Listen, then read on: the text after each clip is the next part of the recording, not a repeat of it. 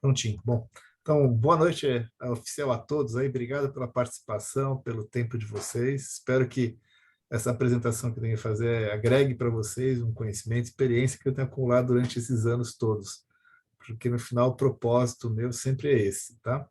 Bom, antes de começar a falar sobre o tema nosso, eu sempre gosto de fazer uma breve introdução, contar um pouquinho rapidamente, não vou gastar muito tempo com isso, mas acho que é importante contextualizar um pouco da minha história aí ao longo desses anos. Acho que muitos de vocês me conhecem pelo Anjos do Brasil, né, que é o chapéu meu mais público, né?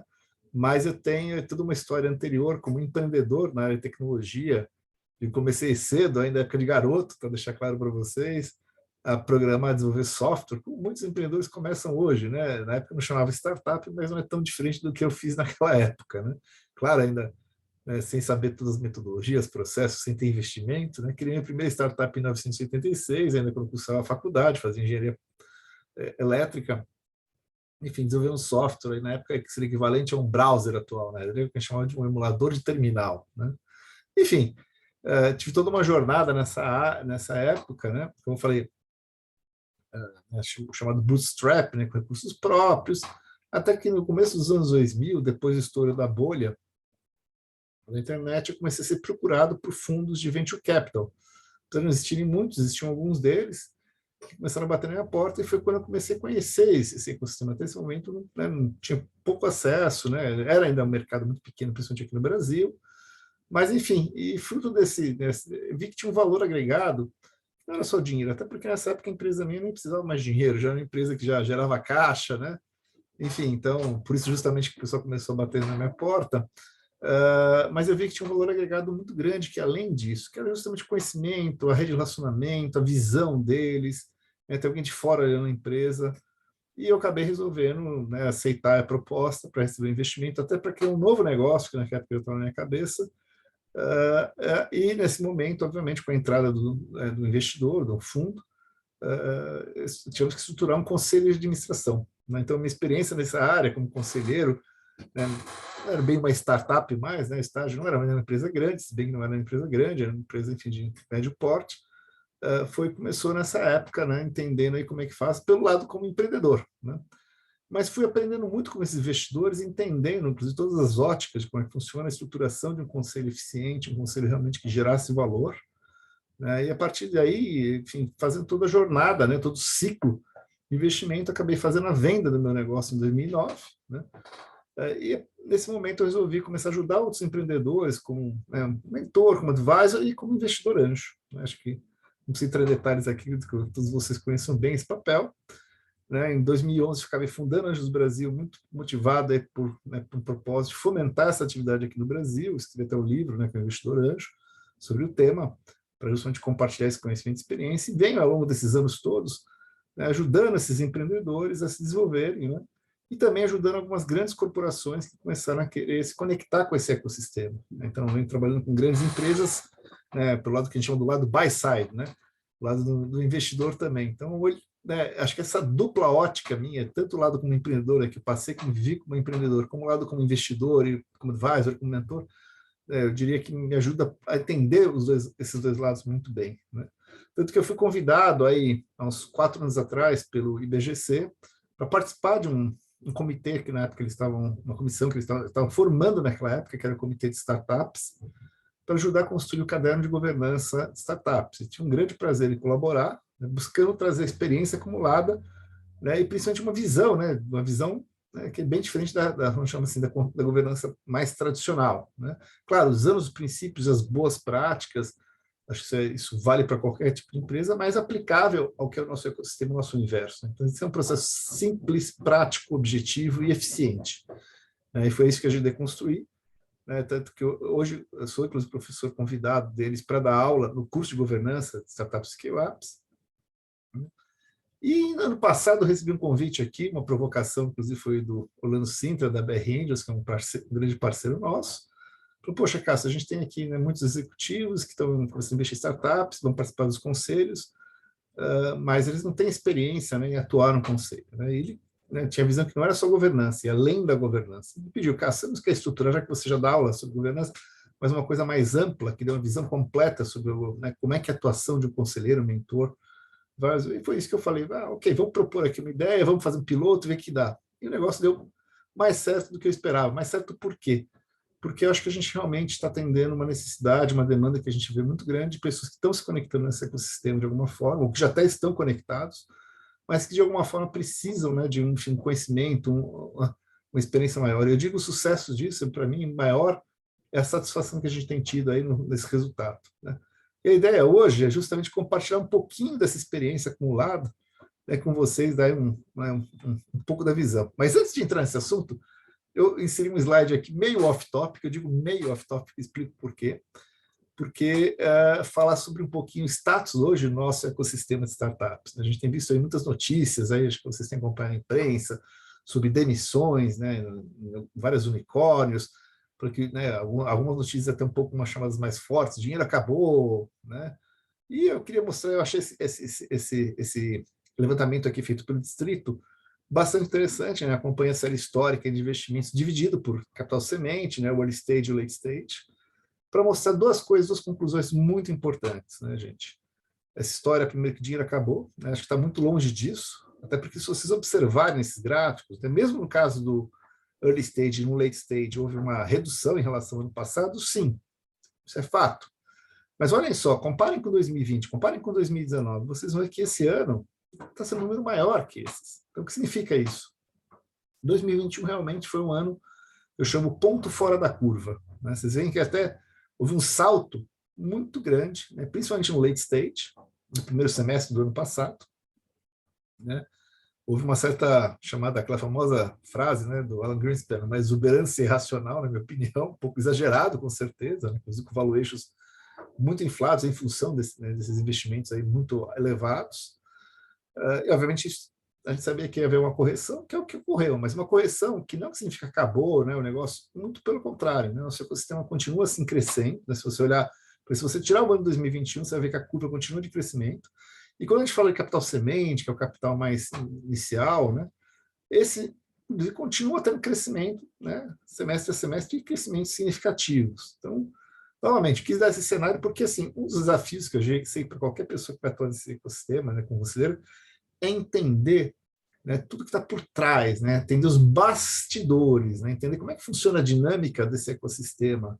Isso é essencial, porque a hora que você entende isso, você pode sim agregar valor, tanto como eu acho que deveriam ter sido agregados, né, no ano passado aí, né, com esses unicórnios, né, sendo mais enfáticos, fazer, olha, gente, não vamos queimar tanto dinheiro porque isso não vai se manter, né? Tá certo? Hoje, né, o papel é ainda mais relevante ainda, né, em lidar com essa situação, né? A gente vê que em alguns casos, infelizmente, está se lidando muito mal, né? Demissões sem nenhum tipo de, vamos dizer, critérios, sem respeito, enfim, de uma forma realmente bem desorganizada, como tem circulado, mas tem sim também, né, conselhos que estão atuando muito bem, né? Que são, eu falei, muitas vezes não dá tanta notícia, né? A notícia é mais negativa, na verdade. Mas, novamente, tudo isso, né, eu acho que é importante, quis trazer essa pílula para compartilhar um pouco da minha visão, né, uma visão pessoal, mas aí fazendo a minha experiência, o conhecimento que eu tenho de todo esse ecossistema, esse mercado, para mostrar como o papel do conselheiro ele é muito relevante, especialmente, né, não só, mas nesses momentos de, vamos dizer, de crise, de desafios. Lembrando que startups, na realidade, passam por isso o tempo todo, né? Não é só nesse momento agora, vamos dizer assim, tem uma conjuntura mais macroeconômica que está afetando todas elas, né? Cada startup em si tem no seu dia a dia, né, enfim, uma série de desafios, que é o nosso papel aqui, justamente agregar para elas, para superar esses desafios. E é isso justamente que eu quero trazer para vocês, né, qual que é o papel de um conselheiro. Né? Estou vendo que tem uma pergunta aqui já do Bernardo, eu vou tentar responder. Gente, quem tiver perguntas, eu vou pedir para colocar no chat. Eu vou tentar responder ao longo da apresentação. O que não conseguir responder, no final, por favor, vou deixar aberto o microfone para quem tiver perguntas adicionais, tá bom? Então, está perguntando aqui, né? Esses investimentos são em nível de Brasil e mundo. Esse estudo é Brasil, tá? É estudo feito pelo Distrito de Investimentos aqui no Brasil, tá? Então, nossa vivência. Mas se você olhar lá fora, os gráficos não são tão diferentes. Eu quis trazer dados do Brasil porque a nossa realidade é o que a gente está vivendo aqui no dia a dia, né? Mas lá fora é mais ou menos o mesmo cenário, tá? Não tem muita diferença, não. Até porque os investimentos hoje estão muito internacionalizados, né? Tem vários fundos internacionais investindo aqui no Brasil, então a gente está muito conectado, né, diria. Tá? Bom, continuando aqui, gente, vamos lá. Vamos falar um pouco aí sobre, né, eu falei, primeiro eu queria fazer uma provocação para vocês, né?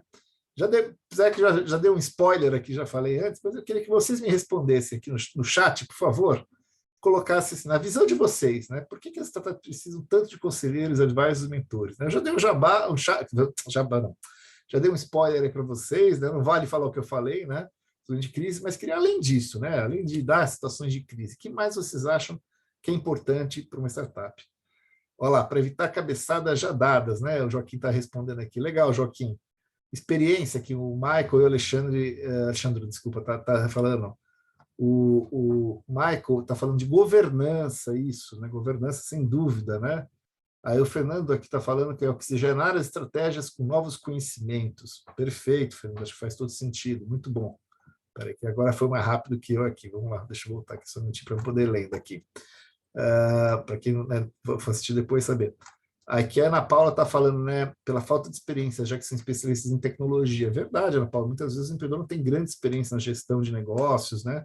Então, um dia é só de tecnologia, mas, enfim, a gestão geral de negócios. O Alexandre está falando que está trazendo uma visão de futuro, agregar valor e perenidade. Sem dúvida, né? Papel do conselho, sem dúvida, é da perenidade para qualquer negócio, né? O Vinícius está falando que é visão de longo prazo. Também concordo, Vinícius, acho que sem dúvida. Né? A Daniela está falando uma coisa interessante, visão de fora, né? O famoso fora da caixa, né, Daniela? Foi exatamente isso que eu falei. Olha, quando eu recebi meus vestidos, eu falei, eu quero quem olhe fora da caixa, eu estou muito envolvida.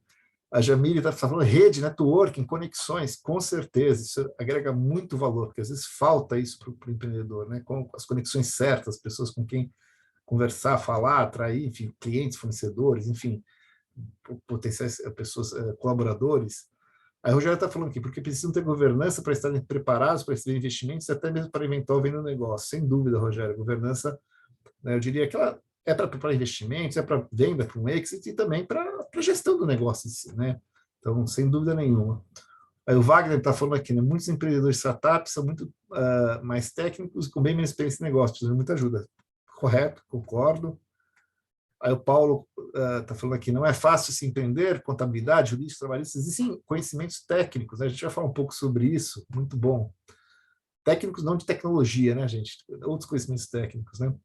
Aí o Cláudio está falando aqui, para conter a empolgação e orientar de forma adequada quem está começando através de regras de governança. Isso aí, né? Botar um pouco o pé no chão, né? Às vezes, né? Não só no entusiasmo, né? Acho muito bom isso. Aí a gente está falando aqui, geralmente os empreendedores são fortes em hard skills, conselheiros, mentores e advisors para apoiá-los em soft skills. Perfeito. Vou falar no final um pouquinho sobre esse papel aí do empreendedor, que não é um papel tão, às vezes, tão óbvio, mas fundamental. Fabrício também está reforçando o networking. Aí o Fernando está falando sobre fechar os gaps de conhecimentos, correto aí. Vinícius, nose in, fingers out. É isso aí, Vinícius. Né? Muito bom. Bernardo está falando trazer a experiência de quem já fez para alguém que está aprendendo o processo, sem dúvida. Né? O Adriano Acioli está falando aqui, ainda sinto falta de maturidade de muitos donos de startups, muitos ideias brilhantes, com as visões. Sim, exatamente. Acho que, eu digo, a combinação, né? A combinação, às vezes, eu digo assim, às vezes, para ser empreendedor, você também tem que, eu digo, às vezes, não saber tudo que você vai, os riscos que você vai correr. A hora que você sabe todos os riscos, né? Às vezes você pode até nem desistir de empreender, na verdade. Eu digo eu mesmo, hoje em dia, se eu paro para olhar para trás e falo, putz, como é que eu fiz isso, né? Que loucura que eu fiz, né? Então, tem que ter um pouco disso, mas tem um pouco também dessa visão, né? O equilíbrio das visões, né? E aí que a gente traz. Aí o Luiz está falando de credibilidade, alinhamentos futuros, perfeito. Sem dúvida, um conselho forte dá credibilidade, constrói alinhamentos, né? Aí o Peter está falando aqui, auxiliar e direcionar para evitar ou reduzir passivos ocultos, com certeza. Isso aí, às vezes, o empreendedor comete ou erros não propositais, muitas vezes, e isso pode gerar potenciais passivos. Bom, gente, excelente, né? Acho que vocês já deram aí praticamente boa parte das respostas, mas nós vamos explorar um pouco mais isso, né? Eu vou explorar isso usando uma ilustração que eu gosto muito, né? Que é essa aqui né? que é né? Fala, empreender é como lançar de um penhasco sem paraquedas e montar enquanto está caindo. Eu acho que essa imagem, ela para mim retrata muito o que é empreender, porque assim, se você querer planejar tudo, muito, estruturar muito, né, não tem nem como, né? Se a gente fala assim, é um negócio inovador, um negócio que vai trazer, né, diferencial, tem desconhecido, faz parte, e você vai ter que construir ao longo dessa jornada, né, a solução para aquele desafio, para aquele problema, né? estou pulando aqui, preciso construir esse paraquedas, mas eu não sei muito bem ainda qual tipo de paraquedas que eu vou precisar para poder, né, atingir meu objetivo, né? E isso, obviamente, traz uma série Ô, de Cássio, desafios. Oi, Vinícius. Eu queria deixar as desculpa eu perguntas para o final, interromper. se você não te incomodar, só por causa dos... Não, não, não é nenhuma pergunta, não. Desculpa, é por isso que eu interrompi. A pergunta eu faria no final. Eu fui da turma de formação agora da Fundação Dom Cabral e compartilhei o link lá com o pessoal, só que o pessoal não está conseguindo entrar. Será que tem alguém que consegue nos ajudar com isso? Putz, o problema é que é o seguinte, o Simpla só permite que a pessoa entre se ela tiver feito a inscrição pelo Simpla, tá?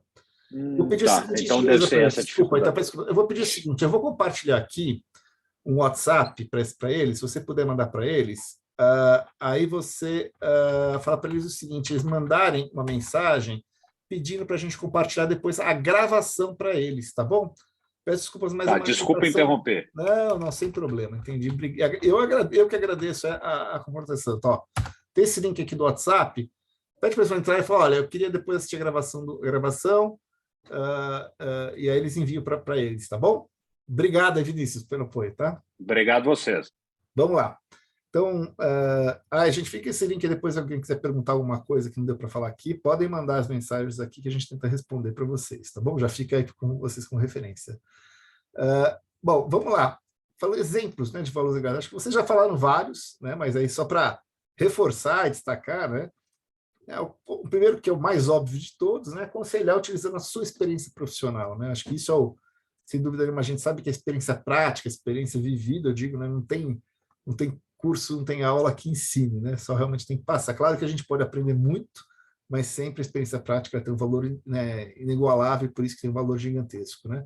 Como vocês já citaram, né, networking, né, conexões, né, e são conexões não só apresentar, mas você no final está endossando, né? A hora que você apresenta, indica para alguém, de certa forma você está assinando embaixo. Isso tem um valor muito significativo, né? Eu vejo a minha experiência aqui no dia a dia com os startups, empreendedores, né? Obviamente, às vezes a gente apresenta para contatos de alto nível, que a gente sabe que o empreendedor talvez não conseguisse, ou demorasse muito para conseguir, né? E obviamente vem porque dá uma chancela. Claro que tem uma responsabilidade associada, né? Eu só realmente faço isso para casos que eu acredito de verdade, então tem que tomar esse cuidado, né? Como vocês já citaram, né, a famosa visão fora da caixa, né, essencial, gente, que eu falei, né, como empreendedor, lembro muito bem, eu lembro até um dos conselheiros, né, veio um dia fazer, Cássio, eu queria fazer uma análise da sua empresa, posso conversar com algumas pessoas aqui, alguns clientes seus? Falei, claro, portas abertas, vai lá. Ele fez isso, me trouxe uma análise em 2 papéis, coisas que eu sabia, entre aspas, né, entendia, mas não tinha uma visão tão clara, tão bem definida das questões, desafios estratégicos que uma empresa tinha. Né? Então, é natural que alguém que está fora, não está no dia a dia, né, não tenha vamos dizer, essa dificuldade, às vezes, de enxergar algo que alguém está fora e, às vezes, consegue, né, facilmente ver. Isso traz, sim, né, um potencial de valor agregado significativo. Outro item, né, reforçando também o ponto que vocês já colocaram, que é a orientação técnica. Né? E a orientação técnica, normalmente, é a tecnologia. Eu vi que citaram aqui, vocês citaram, conhecimento de contabilidade. Tipicamente, o empreendedor não entende nada. Só que é um conhecimento importante, digo, óbvio, não é o foco do negócio, mas você tem que ter um mínimo aqui organizado, né, para o futuro do negócio. Né? Tem uma frase que uma vez eu ouvi que para mim marcou muito, falando sobre contabilidade. O cara falou, Cássio, contabilidade guarda rancor. Eu falei, como assim guarda rancor? Porque contabilidade é conta de somar e subtrair. Se você começa com o número errado, né, você vai poder só somar e subtrair. Vai estar errado sempre, entendeu? Então tem que começar certo. Né? Então, é um exemplo bem básico, bem feijão com arroz, mas muito importante que, né, eu aprendi na prática, né? Eu, como empreendedor, sofri isso no começo, depois fui aprendendo e fui melhorando muito isso. Então, é essencial aí para ter. Prestar imagem, né? Como a gente já falou, né? Você está numa chancela, você como conselheiro, advisor, enfim, né? Está endossando aquele negócio, né? Isso tem um valor significativo, importante e é uma preocupação também, né? Tem a questão da responsabilidade. Isso é uma questão fundamental, né, que a gente precisa até sempre, né, entender melhor, porque responsabilidade tanto sua perante o mercado, mas responsabilidade até legal, jurídico legal. Né? E, por fim, né, acho que uma coisa importante também destacar, né, o conselheiro, sim, ele pode ser também um mediador, né, existem momentos, às vezes, de conflitos, tanto internos quanto externos, né, ele pode ser lá o fiel da balança que consiga trazer um equilíbrio nessas discussões, nas relações, né?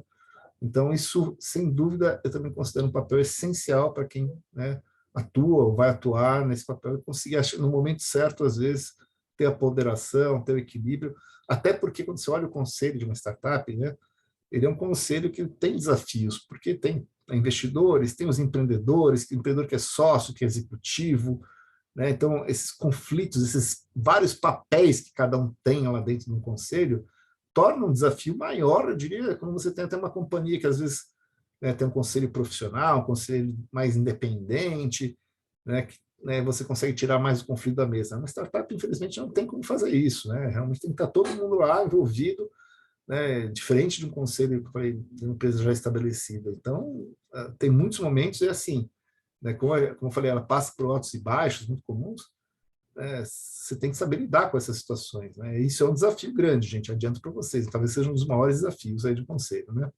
E para isso, né, eu digo sempre o seguinte, né, o papel do conselho também ele muda conforme estágio a startup. Esse é outro ponto essencial que eu esclareço para todo mundo. O seu papel nunca vai ser o mesmo, né, de acordo com, né, conforme a startup vai se desenvolvendo, vai crescendo. Você tem que pensar, né, que você tem que sim também evoluir conforme a evolução da startup, ou adaptar o seu papel conforme o perfil dela. Então, quando a gente fala que ela está em estado inicial, né, na fase que a gente chama da ideação, eu não gosto muito desse nome ideação, mas, enfim, é como se usa, né, porque eu falo, remete a conceito da ideia, eu falo, não é ideia, é oportunidade, né, mas, enfim, não vou entrar nessa discussão aqui, mas quero destacar o teu papel é que você vai ser um mentor, basicamente, né, é realmente ajudar aqueles empreendedores daquela fase inicial a pensar um pouco sobre o que eles estão construindo, né, pesquisar mercado, entender as demandas, entender as necessidades, como resolvê-las de uma forma diferenciada, que gere valor, que gere vantagem competitiva. Então, o papel é esse, né? Não adianta, né, se crescer mais, né, mas é um papel de alto valor, sem dúvida nenhuma, desde esse início, né, da construção de qualquer startup. Agora, ela passa para a próxima etapa, né? Então, vai para a etapa de validação. Então, já tem lá o seu protótipo, né, o famoso MVP, né? Então, ela vai ao mercado e começa a validar isso aí. Será que realmente funciona isso? Então, continua esse papel de mentor, mas já entra um segundo papel, que é um papel que eu chamo de advisor, que é um papel que tem mais recorrência na atuação, tem um direcionamento mais específico, né? E a gente vai falar um pouquinho mais sobre essas diferenças, né, do que a gente entende aí do que é o mentor ou um advisor, né? E assim vai indo, né? Vamos evoluindo. Então, puxa, entrou em fase de tração, então também, né? Todas as fases têm, obviamente, né? Às vezes não é exatamente, não é um salto exatamente, né? Elas vão migrando, vai evoluindo. Então, continua, por exemplo, um advisor, já começa a ter uma estrutura de um conselho, normalmente um conselho consultivo, né? Não é um conselho formal, um conselho de administração, mas você já tem, né? Porque normalmente o papel do mentor e advisor é um papel mais individual, né? Com o empreendedor. Agora, nessa fase, você já monta um grupo que conjuntamente vai estar atuando perante essa startup, sem um papel deliberativo de um conselho de administração, mas sim com o papel de estar apoiando esse empreendedor, né, em estar desenvolvendo o seu negócio, estar construindo, estruturando suas operações, né, que é o objetivo dessa fase de tração. Próxima fase, né, escala, né, crescimento acelerado. Né? E aí você vai, normalmente, tipicamente nessa fase, tem investimentos maiores, né, investimentos institucionais, dos fundos mesmo, e aí, sim, você normalmente estrutura um conselho de administração formal. Então, você pode ter tanto conselheiros de administração, né, efetivamente, como podem ter os chamados observadores, né, que não são um papel de conselheiro, mas que participam das reuniões. Na prática do dia a dia, né, uma reunião de startup, dificilmente vai ter tanta distinção entre o conselheiro formal ou não. Eventualmente, numa decisão, uma coisa mais, tem uma situação mais complexa assim, mas no dia a dia lá tem papel. Então, entender como é que é o papel de cada um, como é que se agrega valor, é interessante. E as responsabilidades também, como eu citei, são muito importantes. Né? E, por fim, entramos na fase de maturidade. Né? Se é que existe. Né? Acho que digo isso porque a gente vê as grandes startups, né, que já nem são startups, né, a gente chama de scale-ups, aí já com seus desafios também, de certa forma, mas queira ou não queira, você já tem uma estrutura, além de conselho de administração, muitas vezes tem um conselho fiscal, né, as regras de governança são regras bem mais extensas, até porque, né, mesmo que ela não esteja ainda listada, tendo feito um IPO, né, você vai ter investidores com certeza com valores bem maiores aportados, que não exigia uma governança bem mais estruturada. Né? Então, novamente, isso tudo para quê? para ficar claro, quer dizer, que cada estágio de uma startup requer um papel diferente, né, de atuação do conselheiro, um advisor dessa startup, né? Bom, indo direto aí, gente, a mostrar como é que essas diferenças desses papéis, né? Entender um pouco dessas diferenças. Então, eu trouxe aqui um quadrinho, uma tabela, né, do que eu entendo, tá? Não existe uma definição formal, exceto talvez o conselheiro de administração, de cada papel. Mas eu trouxe um pouquinho do que é a minha visão, né? O mentor, eu digo sempre o seguinte, é aquele cara que dá uma orientação mais pontual sobre um tema específico, né? Então, puxa, o empreendedor está com dúvidas ali naquela fase inicial de ideação, para entender se ele deve ir para um caminho A ou B, ou enfim, qual que é a melhor decisão que ele deve tomar. Às vezes, consultar o mentor lá, faz uma reunião de 1, 2 horas, explica a necessidade, né? E você passa aí uma orientação para ele. É um trabalho que, obviamente, pontual, mas que já gera um certo valor, né? Eu digo, a fase quando você passa a ser um advisor, né, ou um conselheiro consultivo também, eu acho que são papéis relativamente equivalentes, já é um trabalho mais recorrente, né, um papel que você vai dar orientação, vai dando apoio, às vezes fazendo conexões, né, indicações, e já tem uma frequência já, né, mais normalmente pré-acordada de como é que isso funciona, diferentemente de você ter uma orientação mais específica e pontual, né? E temos aí o papel, claro, do investidor anjo, né, que basicamente é o papel de um advisor, um conselheiro consultivo, que além, ou até de administração eventualmente, que além do todo o trabalho também aporta capital, né? No final, o investidor anjo ele é exerce esses dois, o papel de advisor ou mentor também, além do capital aportado, né?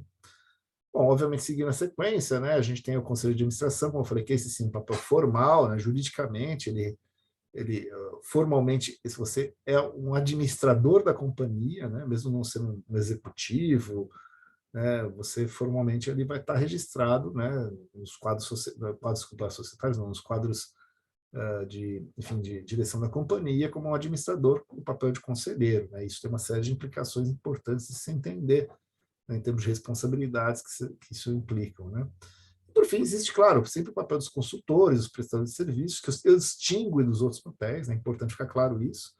Por quê? Porque enquanto o papel do mentor, advisor, mesmo um conselheiro, está muito na orientação, né, o acompanhamento, indicações, conexões, tudo que a gente já falou, o consultor, o prestador de serviço, ele é um papel teoricamente hands-on, é um executor, né? Ele vai estar ajudando a execução de algum serviço específico para aquela startup, né?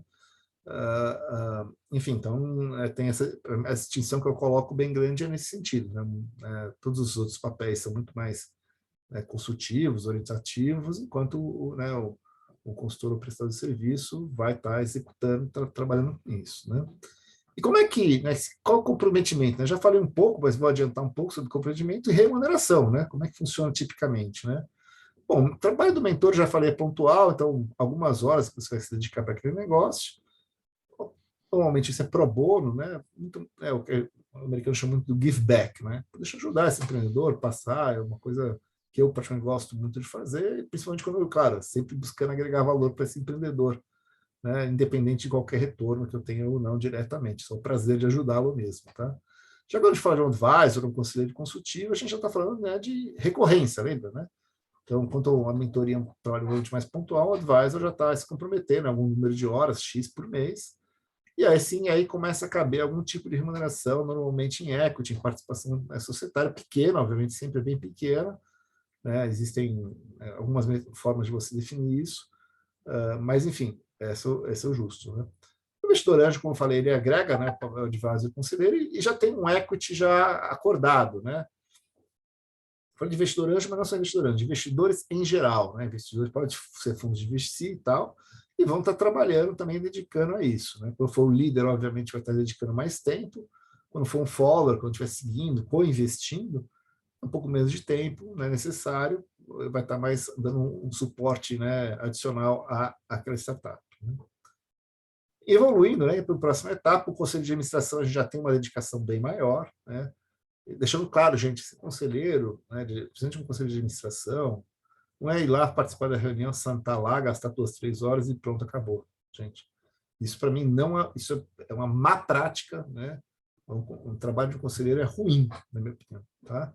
Um bom conselho de administração ele tem um trabalho muito grande, prévio e pós cada reunião, sabe, estudar, às vezes até ter reuniões individuais, não só com empreendedores, com executivos, enfim, fazer mentorias às vezes pontuais, mas entender o negócio, estudar, pesquisar, sabe, elaborar. Não ele vai executar, ele não vai executar, né? Como eu falei, não é papel de executar nada, mas sim ele tem que ser um trabalho de maior valor agregado e exige-se uma dedicação maior, tá? Então, acho que isso é fundamental ficar claro, né? Novamente, não é simplesmente ela sentar numa reunião e dar um palpite, tá? Isso, para mim, pelo contrário.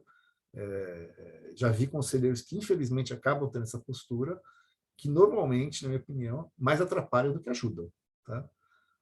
Isso às vezes gera até conflitos, gera conflitos em conselhos por causa disso. O cara senta lá sem saber o que está acontecendo e ainda quer dar um palpite, quer dar, sabe? Poxa, peraí, né? Então, vamos estudar, vamos contribuir com propriedade, isso é essencial, tá? Senão você vai ser, né? Isso vai pesar depois na tua própria reputação, né? E, para isso, né, o conselho de administração tipicamente pode receber compensação por essa dedicação, equity em startups mais early stage, ou, né, remuneração financeira, principalmente startups mais late stage, né? Que já tem mais caixa, mais capital até para remunerar financeiramente diretamente, né? E, por fim, os consultores prestadores de serviços, né? A dedicação também vai depender do projeto que eles vão estar fazendo. Normalmente, remuneração financeira, eventualmente pode ser convertida em equity, né? A gente já viu. Lá fora é mais comum, aqui no Brasil um pouco menos, mas eu também já vi aqui acontecer, um advogado faz aí uma parte jurídica para a startup, em vez de receber lá, né, um pagamento financeiro, é acordado converter aquele valor, né, aquele seria remunerado, em equity, conforme o valuation atual da startup. Pô, interessante para ambas as partes, né? É uma possibilidade, tá? Obviamente tem que ver um alinhamento entre ambos. Bom, falar um pouco sobre essas diferenças, né, agora entre o papel de um conselheiro de uma empresa mais tradicional e de uma startup, né, gente? E aí eu acho um ponto essencial. São papéis bastante distintos. Tá? Por vários motivos, não vou poder entrar aqui no mérito deles, mas, assim, entender claramente, né? Enquanto numa empresa tradicional, um conselho, tal, tem muito, né, a parte de prestação de contas, então os executivos vão lá prestar contas para a startup. Não que você, numa startup, não, uma empresa tradicional, não que numa startup não vai haver algum tipo, entre aspas, de prestação de contas. Não é bem prestação de contas, é, claro, precisa ter acesso à informação. Se não tiver informação, você não tem como fazer a gestão. Mas não cobrar resultado, não entregou o resultado esse mês. Não, isso não funciona numa startup, né? O próprio empreendedor já tem uma cobrança, até porque ele tem o chapéu de executivo, executivo, sócio, tudo ao mesmo tempo. Né? Mas muito mais de acompanhar os indicadores, entender e aí contribuir, né, nas análises. Por que não está atingindo esse número? Então, vamos analisar, vamos entender, fazer as perguntas certas. Né? Aqui que é o grande papel, e o grande papel que gera valor, né? Diferente de uma empresa tradicional. Outra questão que muda muito, enquanto numa empresa tradicional, um conselho que define a estratégia da empresa, a startup, a gente sabe, a estratégia vem muitas vezes dos empreendedores. Eles têm visão estratégica, mas não que o conselho não tenha nenhum papel nesse sentido. Ele tem. É o que eu chamo aqui de provocações. Fazer pensar, porque às vezes nem sempre aquela estratégia que o empreendedor está montando é a melhor estratégia do negócio. Né? Mas não adianta você chegar, às vezes, e falar, não, então vamos mudar, nada disso. Não. Isso não vai funcionar. Né? Afinal, o empreendedor criou aquele negócio, né? O filho dele.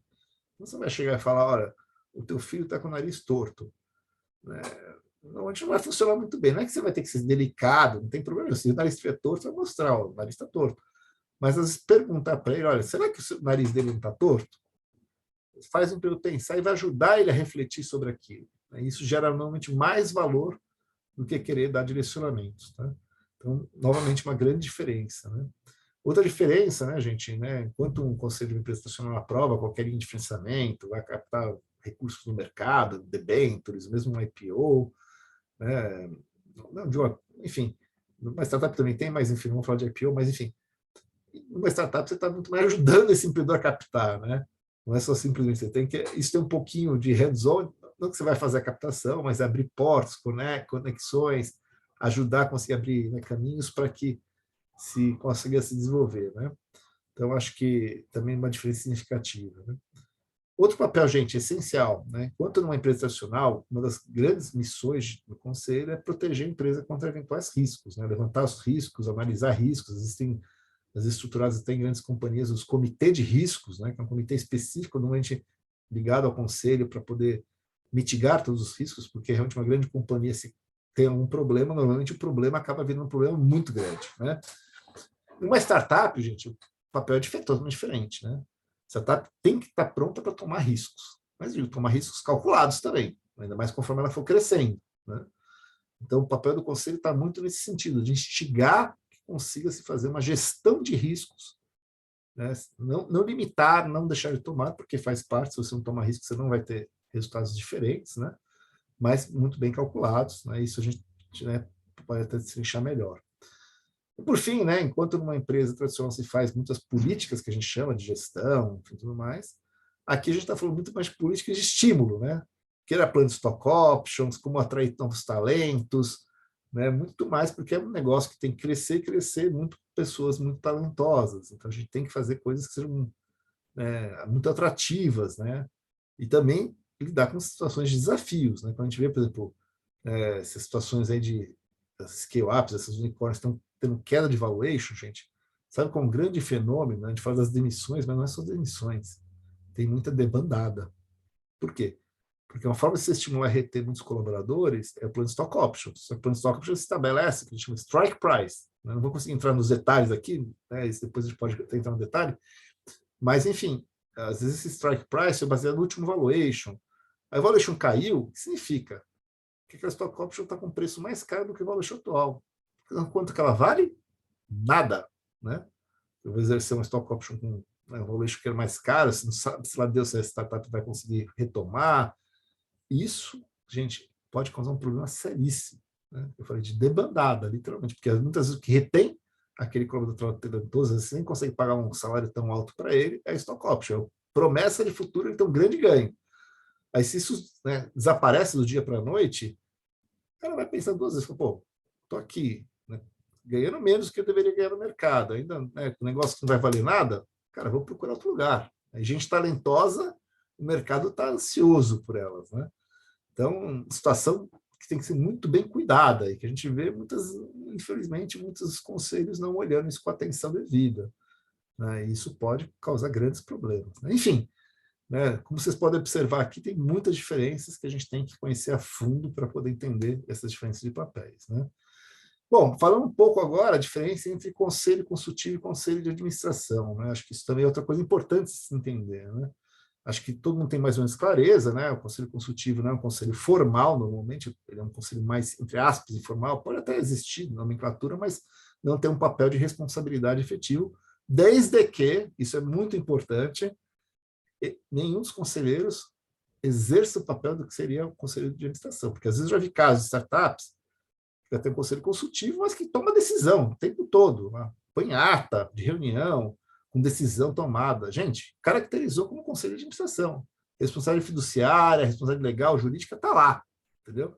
Não é só o nome, porque é conselho de consultivo que, né, que não vai ter. Entendeu? Então é importante entender claramente isso tudo, tá?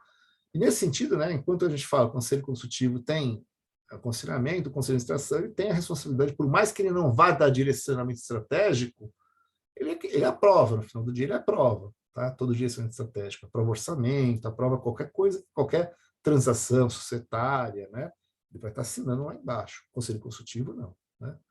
Então, nesse sentido, claro, não que você não tenha uma responsabilidade com o conselho consultivo, tem a sua reputação, né?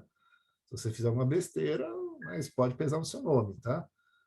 Agora, no conselho de administração vai além da reputação, né? Você tem a chamada responsabilidade fiduciária perante todos os stakeholders. Todos os stakeholders não é só interno, mas externos, até a Receita Federal. Se o nome está lá embaixo, você é corresponsável. Deixou de pagar imposto, se houver caracterizar como sonegação, qualquer coisa desse tipo, vai o teu nome lá junto, tá?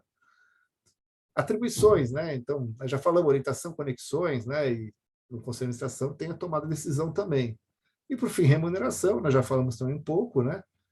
Se for investidor, não tem, porque é intrínseco, né, nele, né? Tipicamente não tem. Agora, se for um independente, um conselho independente, ele sempre vai ter, né, equity ou, né, eventualmente, até remuneração financeira, conforme for o caso. Aqui é similar em ambos os casos, né?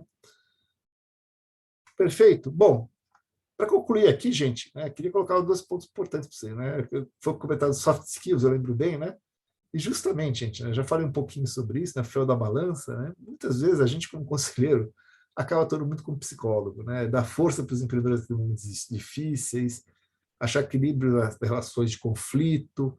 Então, esse lado humano, gente, é extremamente importante. Saber como lidar em todas essas situações e cenários é essencial e faz sim, muita diferença para o sucesso e para o fracasso. Às vezes você pega situações difíceis, como eu já peguei, né, com sócios brigando entre si, porque tinham divergências de visão, enfim, e achar uma forma de achar esse equilíbrio entre eles é a diferença entre o sucesso e o fracasso. Né? Ainda mais uma startup, ainda mais se tiver uma fase mais inicial, uma disputa entre sócios, entre empreendedores, né? Pode acabar com o negócio rapidamente, facilmente. Tá? Então, é importante estar preparado para lidar com essas situações e saber como lidar, né, efetivamente. Tá? Bom, fala um pouco da estruturação, né, gente, para dar uma visão para vocês mais rápida, né? Nosso tempo aqui é limitado, não vou conseguir entrar nos detalhes, mas como foi estruturar um conselho de administração? Primeira coisa, obviamente, né? Tipicamente, o conselho de administração, ele previsão legal está numa sociedade anônima, né? De capital fechado, não precisa de capital aberto.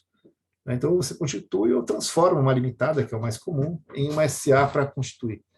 Pode ter um conselho de administração numa limitada? Até pode, os advogados dizem que hoje em dia é permitido, tal, mas não é uma figura, né, prevista em lei. Né? Então, normalmente se constitui através de uma sociedade anônima, até porque os investidores preferem que seja uma sociedade anônima, não vou entrar nos detalhes aqui.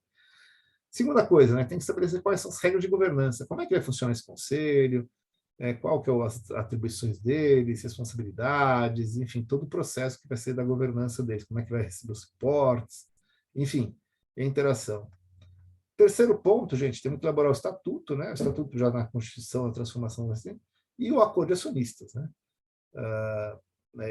Porque ele vai determinar, inclusive, como é que vai ser a eleição dos conselheiros, né? Como é que normalmente se define em grupos, né? Empreendedores, investidores, conselheiro independente, como é que se escolhe, enfim, tudo isso tem que estar bem acordado, bem definido, né? Que é exatamente isso, quando você define a composição desse conselho, né? Como é que vai ser o equilíbrio entre essas partes, como a gente consegue atingir um modelo que seja, né, eficiente e atenda todos os stakeholders que estão participando disso, né? Obviamente, tem coisas mais operacionais, como é que vai ser a frequência das reuniões, como é que vai ser esses reportes, enfim, tudo mais entender. Tem o processo, obviamente, de eleição dos membros do presidente do conselho, que já é normalmente pré-acordado, né? Quando já se compõe o acordo de acionistas, já tem mais ou menos pré-definido. Importante também, gente, tem uma função que a gente chama de secretariado do conselho, que é quem vai estar registrando as atas, convocando as pautas, que às vezes pode ser o próprio presidente do conselho, o empreendedor, ainda mais nas fases iniciais, você não vai ter alguém específico para fazer isso, né? Normalmente alguém próprio vai ser, mas tem que definir claramente quem é o responsável para fazer isso, né? Senão é uma tarefa que fica jogada e acaba se perdendo todo o registro, né? E, obviamente, é justamente com base nisso que vai ter que se elaborar pautas e atas de reunião para se ter uma governança bem estruturada nesse processo. Né? Então, assim, estou mostrando, obviamente, uma forma mais objetiva, mas as principais etapas de como é que se estrutura um conselho de administração de uma companhia. Né? E, para isso, é importantíssimo, né, se entender como é que é uma estrutura de uma sociedade anônima. Né? Acho que, né, não é nenhum grande mistério, mas tem que entender como é que funciona esse modelo. Né? Então, a gente tem que ter aí, né, uma estrutura que seja composta por seus sócios, né, que são a instância máxima, né, os acionistas da companhia, que eles vão efetivamente dar, né, as grandes decisões através da Assembleia Geral de Acionistas. Né?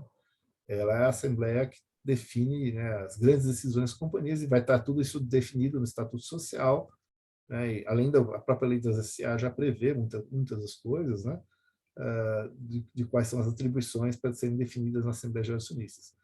Que é responsável por eleger os membros do conselho, né? Enfim, e dar os direcionamentos, né? No sentido que eles vão estar elegendo os membros, que vão representá-los, né? Na administração da companhia e, obviamente, fruto disso que vão estar dando os direcionamentos, né? Eventualmente, em um negócio mais avançado, mais, né, maduro, você pode ter a figura do conselho fiscal, né? Que também é eleito aí pelos acionistas, né?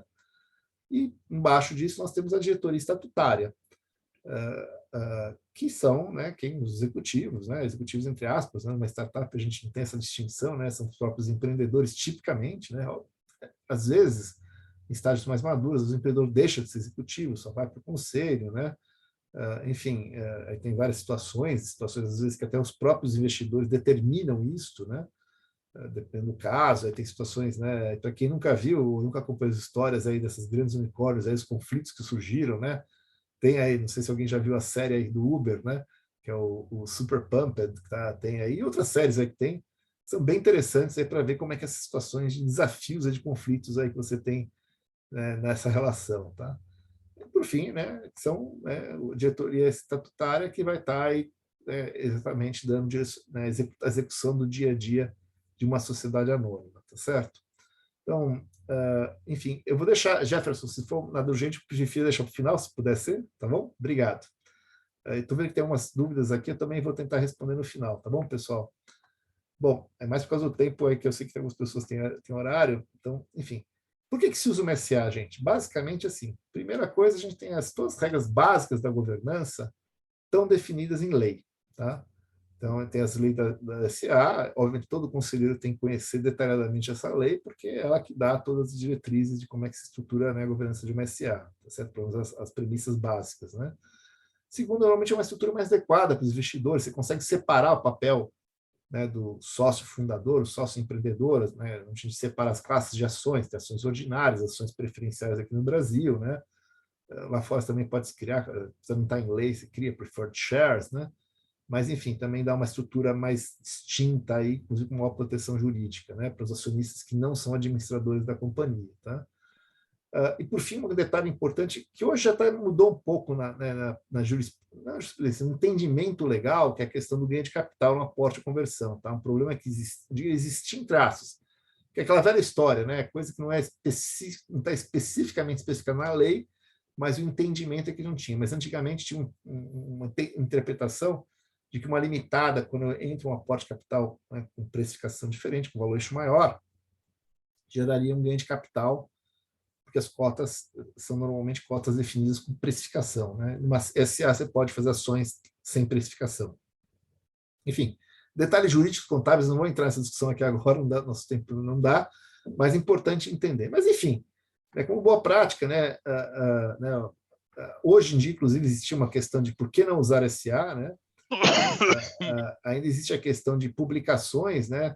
Existia antes do Marco Legal das Startups, essa foi uma das pequenas conquistas que a gente conseguiu, pequenas porque não, claro, representa um gasto, né? A gente, na Bipepina, tem um desperdício de dinheiro, né? Publicar em jornal, balança, fala, quem vai ler balanço no jornal? Entra na internet, você consulta muito mais fácil, né? Então, hoje, isso acabou. E tem o desenquadramento simples nacional, né? Esse realmente é um item ainda que não foi resolvido, né? Hoje, se você transforma uma SA, você não pode manter o regime de simples nacional. Obviamente que isso vale para startups que têm um faturamento anual até 4,8 milhões, porque se for acima disso, já não vale mais também, né? Acima de 4,8 milhões já está desenquadrado, então já deixa de ser um problema, tá certo? Então, acho que, enfim, né, hoje eu diria que cada vez mais a tendência é usar SA, né? O ideal, na minha opinião, é se tivesse até o desenquadramento simples nacional, já constituída do dia zero, como se fosse SA, o melhor modelo, né, jurídico. Né? Bom, o que eu queria assim, meio que concluir com vocês aqui, gente, né, esses 20 anos aí que eu tenho atuado como conselheiro, né, primeira coisa, né, gente, ser conselheiro, né, não é simples, como eu já mostrei para vocês, tem que ter uma visão muito holística, né, um conhecimento muito amplo, né, você tem que conhecer não só negócio, não tem que ser algum conhecimento específico, mas tem que conhecer, né, como eu mostrei para vocês, lei das SAs, e outros assuntos que vão além simplesmente, né, do seu conhecimento específico de negócio. Outra coisa, gente, é humildade antes de mais nada, tá, gente? Porque ainda mais no ecossistema de startups, né? A gente, né, não sei se vocês todos têm muita experiência, eu tenho uma certa experiência também, mas eu digo assim, a gente sempre está aprendendo e aprendendo com coisas que, né, a gente talvez, né, nunca imaginasse, entendeu? Então, você tem que achar o equilíbrio de usar, sim, sua experiência, usar o conhecimento, mas não barrar a sua visão sobre, né, negócios que possam ser diferentes do que você está acostumado. Então, isso é fundamental. Né? Um erro grande que eu vejo, às vezes, o cara fala, não, porque isso nunca vai dar certo. Quem disse que nunca vai dar certo? Vamos abrir um pouquinho a cabeça. Né? E para isso, obviamente, você tem que estar aprendendo constantemente. Não tem como parar. Né? Particularmente, eu acho que eu, e acredito que todos vocês que estão aqui hoje, com certeza também, né, tem isso. Né? Só que com detalhe, gente, tudo isso que eu estou falando, multipliquem por 10. Pelo menos, se não for mais. Tá? Porque é uma dinâmica constante, né, diária, que você tem que estar né, enfim, se aperfeiçoando, enfim, entendendo. Né? E para isso, trouxe uma listinha aqui para vocês, né, de 12, né, itens que eu entendo que são essenciais para vocês conhecerem, para quem quer atuar nesse ecossistema, né, que vão desde, que falei, a diferença na relação dos negócios tradicionais, né, modelo de negócio de startups, todos os modelos que existem, metodologias, né, Lean, Agile, Design Thinking, etc. e tal, que hoje estão ficando mais comuns, né, cultura de startups, como é que se forma, né, o estágio, tem que entender cada estágio especificamente, quais são as características, né, falei ideação, validação, tração, mas o que significa exatamente cada um desses? Não no aspecto macro, mas no aspecto micro, né? O que precisa cada etapa ser feita, tá certo? Né? Todas as rodadas de investimento, como é que elas funcionam, né? Afinal, como eu falei, o papel é essencial de qualquer um ajudar nesse processo. Valuation de startups, um tema bem polêmico, mas que existem sim metodologia, existe sistemática para você conseguir avaliar. Toda a parte da governança, que já citamos, né? Os acordos societários de startups, situação jurídica, questão dos stock options, né? Você entender muito bem, é a atribuição do conselho estruturar um programa de stock options, né? Toda a parte de risco e responsabilidade, como eu já citei para vocês, que é muito importante entender até que ponto você está colocando aí não só o seu nome, mas também o seu bolso aí, né, sendo conselheiro, né, como mitiga esses riscos. Tem como mitigar? Lógico que tem, entendeu? É preciso entender como se faz isso, né? E como estruturar, já fazer gestão de conselhos, né, de consultivos. E também, enfim, gente, importantíssimo, você precisa entender toda a nomenclatura de métricas, KPIs, porque você vai ter que entender muito claramente isso. E foi justamente, gente, aí né, a partir desses lista de tópicos, que foi justamente ano passado lá, quando o Orlando me pediu para pensar, eu montei essa lista e falei, gente, Orlando, eu acho que é isso que um conselheiro, na minha opinião, startup tem que conhecer profundamente, né? Que eu criei a formação e aí fazendo um pequeno, né, para finalizar aqui, jabá mesmo, montei a formação, né, que é a formação de certificação Board Advisors, com esse propósito, de compartilhar todo esse conteúdo, né, para ajudar nessa jornada de desenvolvimento, né, para quem tem interesse, obviamente, se aprofundar e se dedicar. Né? Então, enfim, fica o convite aí para vocês, para quem tiver interesse em participar. O objetivo realmente meu sempre foi compartilhar esse conhecimento, né, e eu tenho tido a felicidade aí de conseguir fazer isso. Né? Tem lá depois no site, não vou entrar aqui nos detalhes, todos os módulos, conteúdos, enfim, acho que isso, né, dispensa a gente entrar nesses detalhes aqui agora, né, são basicamente todos aqueles tópicos que eu apresentei para vocês. Né, um pouquinho aqui, o que mais me realiza de fazer isso, sem dúvida nenhuma, é o feedback que eu tenho recebido, né? E eu sou um cara assim, que eu sou meio exigente comigo mesmo, eu sempre falo, pô, podia ser melhor, e sempre busco melhorar cada vez mais, mas assim, tenho a satisfação de ter tido aí excelentes feedbacks, e também, claro, agradecer muito, né? Isso tudo acontece só por um motivo, né, pelas parcerias aí com os co-realizadores que têm apoiado, né? Desde o começo, citei já a Holanda BR, e hoje tem vários outros, né, que vieram nessa jornada junto conosco aí nesse processo para conseguir construir isso com vocês, tá bom? Bom, acho que eu consegui terminar quase um pouquinho, estou com 2 minutinhos, mas estou aqui à disposição para responder perguntas, né? Vejo que já que tem 2 levantados à mão e tem aqui, aqui umas perguntas no chat, tá? Então, enquanto eu peço a mão aqui na ordem, o Jefferson pode, por favor, falar, eu vou dar uma lida no chat e já respondo as perguntas do chat também aqui. Vamos lá, Jefferson, por favor. Tá, joia. Boa noite, Cássio. Boa noite a todos. Parabéns pela iniciativa, é muito bacana esse bate-papo. Jogo rápido, Cássio. Um pouco do que você comentou em termos de organização, seja de uma startup, acho que vale para, entre aspas, qualquer empresa, é compatível com um certo estágio de organização corporativa, do ponto de vista da governança. Estatuto, um acordo de acionista, um plano, uma política de dividendo, eventualmente se é um negócio maduro. Mas minha dúvida é o seguinte, muitas vezes esse conhecimento para organizar esse processo não está dentro de casa, seja com o empreendedor, seja com o investidor, até um conselheiro ou um advisor. E vejo muito no dia a dia, na prática, as empresas e startups carentes desse tipo de conhecimento. Então, em que momento você acha que é factível? Óbvio que tem a viabilidade econômica e financeira para ser avaliada, não tenho dúvida. Mas em que momento desse negócio, do negócio em que você acha viável que a startup vá buscar um apoio de governança especificamente, para organizar os seus instrumentos? Porque uma boa parte desses desafios, como comento, perceba, a minha sensação no dia a dia, não é de domínio dos empreendedores e das empreendedoras. Então, muitas vezes, ter alguém que tenha experiência para construir isso faz muita diferença. Às vezes não cabe, né? Às vezes não tem capacidade econômico-financeira, mas qual é a hora, na sua visão, que faz sentido buscar uma ajuda externa especificamente para a governança? Essa é a minha dúvida. Bom, assim, Jefferson, eu diria desde o dia zero, na minha opinião, claro, proporcional ao tamanho dela, né? Como eu citei novamente, né, o caderno lá que a gente ajudou a montar junto com o BGC, lá, o de governança startup, até fica aí o convite para vocês baixarem, é só entrar no site, vocês vão achar. A gente começa falando lá do que? Do dia zero, as pessoas vão resolver criar um negócio, já tem que começar a criar as regras básicas de governança entre eles, né? E aí, se alguém quiser sair no meio do caminho, como é que faz, entendeu? Então, é no dia zero. E aí tem dois caminhos, né? Ou você aprende, aí tem que estudar, pesquisar, né? Ou pede ajuda de alguém, né?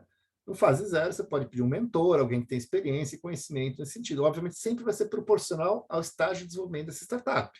Quanto maior ela for desenvolver, mais complexo, né, e sofisticado tem que ficar os mecanismos de governança, de gestão e de administração. E para isso, obviamente, ela precisa de mais apoio, né, nesse sentido, entendeu? Mas a minha resposta para você, assim, desde o dia zero, eu acho que o empreendedor tem que buscar o conhecimento, seja próprio ou seja através de um terceiro que vai lá te ajudá-lo. Por isso que eu recomendo desde o dia zero ter um mentor, tá bom? Bom, vou passar logo em seguida para o Raul, mas antes, Raul, eu vou pegar uma pergunta aqui do chat que já está há algum tempo, tá, do Wagner Mancini, tá? O Wagner está perguntando assim, como você enxerga o conselho consultivo versus conselho de administração na startup, em específico, risco legal para o conselheiro, como se precaver? Bom, Wagner, não vou conseguir responder essa pergunta, porque essa é uma pergunta que gasta-se, acho que umas 2 horas para a gente responder assim no detalhe, tá? Mas, assim, assim, não tem jeito. Se você for conselho de administração, você vai ter um risco legal, né? E como eu citei anteriormente, se você for um conselheiro consultivo, mas que exerça um papel de conselho de administração, você vai ter o mesmo, não digo exatamente o mesmo, mas muito próximo do risco legal que você tem. E aí, para isso, você precisa, acho que a primeira coisa é conhecimento, entender quais são os riscos que você corre, né? E como você vai mitigar cada um deles. Acho que o passo essencial que eu diria é esse, é você entender todos os riscos, né? Aspectos como trabalhista, fiscal, enfim, até ambiental, se a startup tiver algum envolvimento nessa área, e você vai ter que endereçar cada um deles para você mitigar esses riscos, tá? Então, não tem muito jeito, é um trabalho que você tem que tomar um certo cuidado, né? Não é assumindo lá, foi convidado para ser conselho de administração, o investidor vai, vamos ser conselheiro lá, legal, maravilha, bacana, e amanhã pode vir uma bucha grande para cima de você, que não é brincadeira, tá? Dependendo do tipo do caso, entendeu? Então, sim, é tanto que uma das coisas que eu recomendo é, quando você vai assumir uma cadeira de conselheiro, você tem que fazer, se você não for já um investidor, já não tiver feito uma due diligence, tem que fazer uma due diligence, sim, senhor, entendeu? Entra lá num negócio que você não está sabendo como é que está, e daqui a pouco estoura uma bomba, pode cair nas suas costas, tá? Então, tem que estar bem precavido, sim, tá bom? Vamos lá, vou passar agora para o Raul e depois passo outra pergunta do chat. Vai lá, Raul, por favor. Vamos lá, Cássio, boa tarde. Parabéns aí pela apresentação, muito bacana. Obrigado. E o que eu queria falar, na verdade, é mais uma provocação do que uma pergunta. Tá? Naquele slide que você fez lá sobre a comparação entre o papel do conselheiro na empresa incumbente, tradicional, e na startup, né? Eu acho que os papéis que você definiu do conselheiro na startup estão perfeitos. Eu não podia, né? Acho que difícil fazer melhor, tá? O que eu não concordo é que aquilo, eu acho que eu, como conselheiro de algumas empresas tradicionais, tá? Eu acho que a tendência está sendo que as tradicionais precisam migrar para ficarem mais parecidas com as startups e não o contrário, tá? Porque senão elas morrem, né? Quer dizer, se não morreram ainda, elas vão morrer. As empresas tradicionais acabam focando o conselho em atividades rotineiras, em atividades de compliance, em coisas desse tipo, né?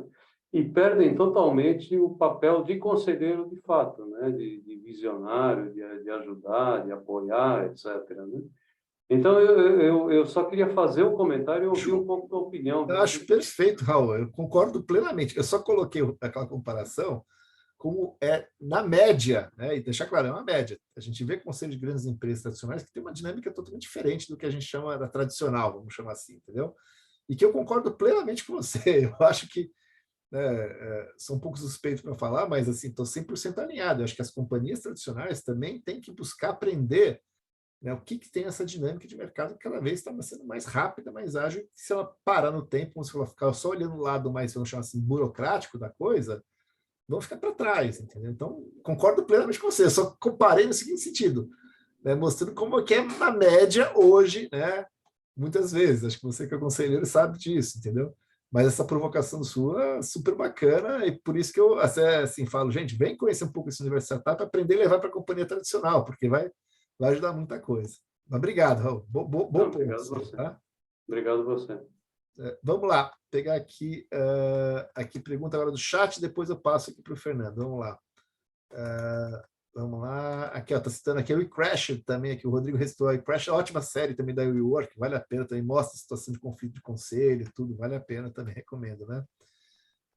Bom, Paulo Costa perguntou onde aprender esses 12 itens. Bom, já dei a resposta, Paulo, tá? Fazendo um pequeno jabá, foi justamente a motivação para criar essa formação que eu apresentei para vocês, tá? Aí, pegando do Márcio, né, está perguntando assim, pode indicar alguém para fazer o valuation de startup que tenha boa relação custo-benefício? Vou fazer mais um jabá, Márcio. A gente faz isso, tá bom? Manda uma mensagem aqui por aquele WhatsApp que eu deixei no começo, tá? E a gente pode passar para você aí direitinho uma proposta para fazer isso aí, que é uma das atividades que a gente faz, é isso, valuation de startups, tá bom? Vamos lá. Quem mais eu tenho aqui? Eu vou passar agora, então, por favor, Fernando, você que estava com a mão levantada, pode falar. Depois, se tiver mais uma pergunta no chat, eu respondo aqui. Olá, Cássio. Primeiro, parabéns. Eu virei um fã seu, a gente tem acompanhado você de perto aí, isso é muito bom. É muito legal esse curso. Eu sou da FCJ, você já conhece. Eu estou atualmente CEO de uma Venture Builder, nós somos uma Venture Builder. Eu sou CEO da GBG Senior Tech, a gente investe na área sênior. Mas por que eu estou colocando isso? Que para nós, Cássio, para o grupo, esse teu curso ele encaixa como uma luva, porque a gente tem uma falta, né, de algo assim. Eu acho que isso vai poder complementar bastante. E a minha pergunta não é nenhuma pergunta técnica, que você foi brilhante aí explicando o curso, mas bem operacional. Eu queria saber o seguinte, o horário do curso, né? E se você puder explicar para nós também, você está colocando que ele é presencial, assíncrono, como é que vai ser essa dinâmica, Cássio? Bom, bem, eu vou ter que assistir de longe, porque eu estou no Rio de Janeiro. Sem problema. Então, o curso ele tem dois formatos hoje para essa versão, para essa sexta edição. Um formato é síncrono, que a gente chama que é ao vivo online, tá? Vai ser para o Zoom, também com a forma que eu estou usando aqui. As segundas e quartas, das 18 às 20h30, nas próximas 3 semanas. São 6 aulas. Mas para quem não puder assistir ao vivo, tá? A gente vai estar também gravando todas essas aulas e disponibilizando para a pessoa assistir quando puder. Então, pode ser feito também em formato assíncrono, ou pode ser mixado. Não posso assistir uma aula. Ok, você assiste depois é gravado. O objetivo é que você tenha acesso a todo o conteúdo, né? E para quem não puder assistir nenhuma aula ao vivo, a gente vai criar sessões especiais em horários alternativos. Aí a gente vai fazer uma enquete aqui para quem for só no assíncrono, para também fazer uma sessão de dúvidas e respostas, né? E importante, todo mundo vai ter acesso também a um grupo, né, dos aluminais, que é para poder trocar experiências, para ter continuidade, porque eu não quero que pare, né? Como eu falei, esse conhecimento tem que ser um conhecimento contínuo. Então, toda a formação é feita para ser uma quase, que, entre aspas, uma provocação, dar uma base, mas para que depois vocês continuem se aperfeiçoando, conhecendo. E eu vi que a melhor forma é fazer de uma forma colaborativa. Então, a gente cria um grupo de aluminais que vão aí estar sempre trocando conhecimento e experiência, tá bom? Obrigado aí. Se tiver mais alguma dúvida, Fernando, fique à vontade.